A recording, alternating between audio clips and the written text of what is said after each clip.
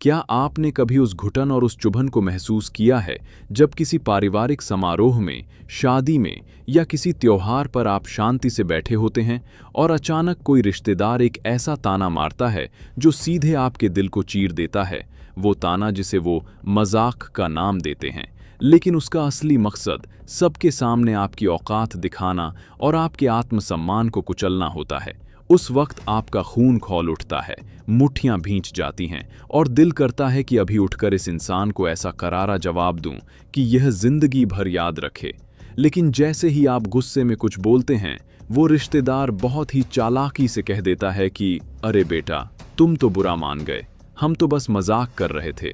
और अचानक भरी महफिल में आप ही बेवकूफ़ और बदतमीज साबित हो जाते हैं। अगर आपके साथ भी ऐसा हुआ है तो यकीन मानिए, आप अकेले नहीं हैं। आचार्य चाणक्य ने सदियों पहले यह साफ कर दिया था कि दुनिया में सबसे जहरीले सांप जंगलों में नहीं, बल्कि अक्सर हमारे अपने ही घर परिवार और रिश्तेदारों के भेष में छुपे होते हैं। जो इंसान इन जहरीले रिश्तेदारों से शब्दों से लड़ने की कोशिश करता है, वह अपना ही खून जलाता है। लेकिन डार्क साइकोलॉजी और चाणक्य नीति में रिश्तेदारों की बोलती हमेशा के लिए बंद करने का एक ऐसा गुप्त और खतरनाक मंत्र है जिसमें आपको एक भी शब्द गाली नहीं देनी पड़ेगी, लेकिन सामने वाले का अहंकार टुकड़े टुकड़े हो जाएगा। आज मैं आपको एक ऐसी कहानी सुनाने जा रहा हूं जिसे सुनने के बाद अगली बार जब कोई रिश्तेदार आपको ताना मारेगा तो आप गुस्सा नहीं होंगे, बल्कि आप मुस्कुराएंगे और आपकी वो मुस्कान उस रिश्तेदार की रातों की नींद उड़ा देगी। प्राचीन भारत के उज्जैनी नगर में देवदत्त नाम का एक बहुत ही होनहार लेकिन संघर्षरत युवक रहता था। देवदत्त के पिता के निधन के बाद उसके परिवार की आर्थिक स्थिति बहुत खराब हो गई थी। देवदत्त का एक चाचा था जिसका नाम भद्रसेन था। भद्रसेन नगर का बहुत बद्धा और अमीर व्यापारी था, लेकिन वह अंदर से उतना ही घमंडी और ईर्ष्यालु था। भद्रसेन को हमेशा इस बात का डर रहता था कि कहीं देवदत्त मेहनत करके उससे आगे न निकल जाए, इसलिए वह कोई भी ऐसा मौका नहीं छोड़ता था जहां वह देवदत्त और उसकी गरीब मां को नीचा दिखा सके। एक दिन उज्जैनी में एक बहुत बद्धा पारिवारिक भोज रखा गया, जहां नगर के सभी प्रतिष्ठित लोग और सारे रिश्तेदार मौजूद थे। देवदत्त भी अपनी मां के साथ वहां पहुंचा। जैसे ही देवदत्त ने भोजन करना शुरू किया, भद्रसेन ने पूरे परिवार के सामने जोर से हंसते हुए कहा, अरे देवदत्त, सुना है तू आजकल बहुत मेहनत कर रहा है, लेकिन तेरे फटे हुए कपड़े देखकर तो ऐसा लगता है जैसे तू किसी सेठ के यहाँ नहीं बल्कि किसी भिखारी के यहाँ काम कर रहा है। अगर तेरे बस का कुछ नहीं है तो मेरे अस्तबल में घुद्दों की मालिश का काम कर ले, कम से कम तेरी माँ को सूखी रोटी तो नहीं खानी पड़ेगी। ये सुनते ही वहां बैठे सारे रिश्तेदार ठाके लगाकर हंसने लगे। देवदत्त की माँ शर्मिंदगी से पानी पानी हो गई। देवदत्त का खून खौल गया। उसने गुस्से में अपनी थाली फेंक दी और अपने चाचा पर चिल्लाने लगा। उसने कहा कि मैं एक दिन इतना बड़ा आदमी बनूंगा कि तुम्हारी पूरी दौलत खरीद लूंगा।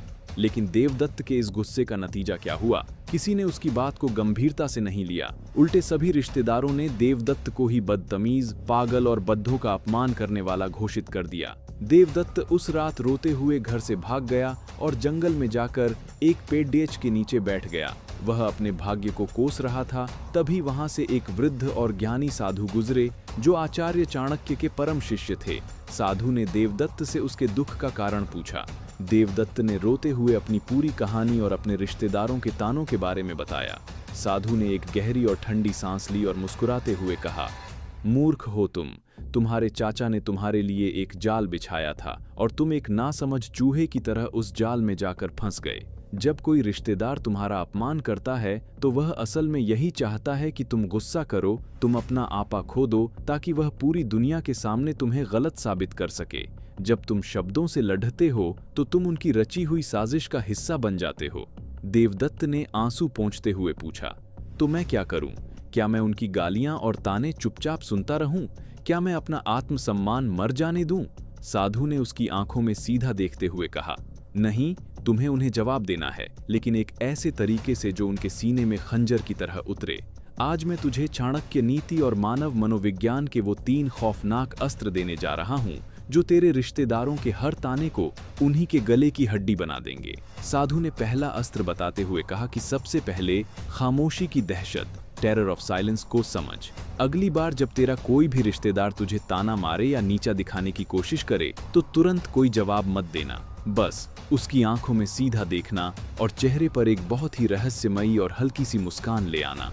3 से 5 सेकंड तक बिल्कुल कुछ मत बोलना।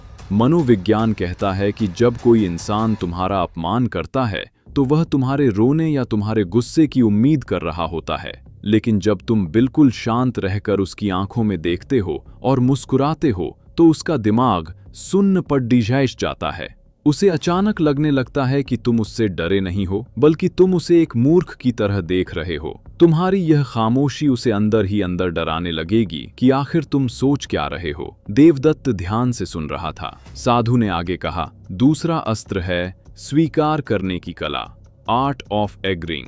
रिश्तेदार हमेशा तुम्हें वह बात बोलकर चिढ़ाते हैं जो तुम्हारी दुखती रग होती है। अगर वो कहते हैं कि तुम जिंदगी में कुछ नहीं कर पाओगे तो बहस मत करो, बस बहुत ही ठंडे और व्यंग्यात्मक तरीके से कहो, आप बिल्कुल सही कह रहे हैं चाचा जी, मेरी क्या औकात है, मुझे तो अभी आप जैसे महान और समझदार इंसान से बहुत कुछ सीखना बाकी है। जब तुम किसी के ताने को उसी के मुंह पर तंज कसते हुए मान लेते हो तो तुम उसके हाथों से उसका हथियार छीन लेते हो। उसे समझ ही नहीं आता कि अब वह तुम्हें किस बात पर नीचा दिखाए। आग पर पानी डालने के बजाय तुमने उसकी आग में बर्फ का पूरा पहाड़ डाल दिया। वह खुद अपनी ही नजरों में छोटा महसूस करने लगेगा। और तीसरा, सबसे खतरनाक और आखिरी अस्त्र है अदृश्य हो जाना और सफलता का शोर। चाणक्य नीति कहती है कि जो इंसान अपने दुश्मनों और रिश्तेदारों से हर दिन मिलता है उसकी कीमत कौडियों के भाव हो जाती है। अपने रिश्तेदारों की जिंदगी से पूरी तरह से गायब हो जाओ। उनकी शादियों में, उनकी पंचायतों में और उनके समारोहों में जाना बंद कर दो और उस बचे हुए समय में अपने लक्ष्य पर इतने भयानक तरीके से काम करो कि जब तुम अगली बार उनके सामने आओ तो तुम्हारी हैसियत देखकर उनकी आंखें फटी की फटी रह जाएं। मूर्ख लोग शब्दों से लड़-डीच कर अपनी ऊर्जा बर्बाद करते हैं, लेकिन समझदार और खतरनाक लोग खामोश रहकर अपनी सफलता से ऐसा तमाचा मारते हैं जिसकी गूंज पीढ़ियों तक सुनाई देती है। जब तेरी सफलता शोर मचाएगी तो तेरे रिश्तेदारों को तेरे किसी जवाब की जरूरत नहीं पड़ेगी। उनकी अपनी ही नजरों में इतनी बेइज्जती हो जाएगी कि वे तुझसे आंख मिलाने लायक नहीं रहेंगे। साधु की ये बातें सुनकर देवदत्त के अंदर जैसे किसी सोए हुए शेर ने आंख खोल ली थी। वह कमजोर और रोने वाला लड़का नहीं रहा था। अगले ही दिन से देवदत्त ने साधु के उन तीनों अस्त्रों को अपनी जिंदगी में उतार लिया। उसने रिश्तेदारों के यहाँ जाना बंद कर दिया। जब कभी रास्ते में भद्रसेन या कोई और रिश्तेदार उसे ताना मारता तो वह कोई जवाब नहीं देता, बस उनकी आंखों में सीधा देखता, एक व्यंग्यात्मक मुस्कान देता और आगे बढ़ जाता। देवदत्त की यह खामोशी अब भद्रसेन को अंदर ही अंदर खाने लगी थी। भद्रसेन को लगने लगा था कि जरूर देवदत्त कोई बहुत बड़ी योजना बना रहा है। इधर देवदत्त ने अपना सारा ध्यान अपने व्यापार और अपने हुनर पर लगा दिया। उसने दिन रात एक कर दिया और अपनी रणनीति से कुछ ही सालों में उसने उज्जैनी के सबसे बड़े विदेशी व्यापार पर अपना कब्जा कर लिया। देखते ही देखते वह भद्रसेन से भी कई गुना बद्धा और ताकतवर व्यापारी बन गया। एक दिन ऐसा आया जब भद्रसेन का सारा व्यापार घाटे में चला गया और वह कर्जे में डूब गया। उसे अपना महल बचाने के लिए पैसों की जरूरत थी और पूरे नगर में सिर्फ एक ही इंसान था जो उसे बचा सकता था, देवदत्त। भद्रसेन नजरें झुकाए भीख मांगने के लिए देवदत्त के दरबार में खड़ा था। यह वही भद्रसेन था जिसने कभी भरी महफिल में देवदत्त को घोड़ों की मालिश करने के लिए कहा था। देवदत्त अपनी शाही गद्दी पर बैठा था। उसने कोई ताना नहीं मारा, उसने कोई पुरानी बात नहीं छेड़ दी। उसने बस भद्रसेन की तरफ देखा, वही पुरानी रहस्यमयी मुस्कान दी और चुपचाप उसे पैसों की एक थैली दे दी। देवदत्त का यह बर्ताव भद्रसेन के लिए किसी मौत से कम नहीं था। भद्रसेन को अपनी उस दिन की बात याद आ रही थी और वह शर्मिंदगी के मारे जमीन में गड्ढा जा रहा था। देवदत्त ने बिना एक भी गाली दिए, बिना गुस्सा किए भद्रसेन के अहंकार के इतने टुकड़े कर दिए थे जिन्हें वह जिंदगी भर नहीं समेट सकता था। अब सवाल आपसे है, क्या आप भी उन मूर्खों की गिनती में आना चाहते हैं जो रिश्तेदारों के भदकाने पर अपना आपा खो देते हैं और फिर खुद ही बुरे बन जाते हैं? या फिर आप एक डार्क साइकोलॉजिस्ट और चाणक्य की तरह खेल खेलना चाहते हैं? आज और अभी से अपने रिश्तेदारों से उम्मीदें लगाना और उनकी बातों का बुरा मानना बंद कर दीजिए। जब तक आप उन्हें यह दिखाते रहेंगे कि उनकी बातों से आपको दर्द होता है, वे आपको दर्द देते रहेंगे। जिस दिन आपने उनकी बातों पर मुस्कुराना और उन्हें इग्नोर करना शुरू कर दिया, उनकी सारी साजिशें धरी की धरी रह जाएंगी।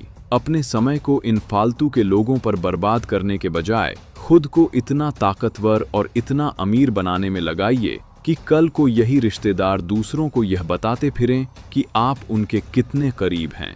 याद रखिए, शेर कभी कुत्तों के भौंकने पर पलटकर जवाब नहीं देता, वह बस अपनी चाल चलता रहता है और कुत्ते खुद ब खुद शांत हो जाते हैं। आज से ही खामोशी को अपना सबसे बड़ा हथियार बनाइए और अपने दुश्मनों को अपनी सफलता से जलाकर राख कर दीजिए।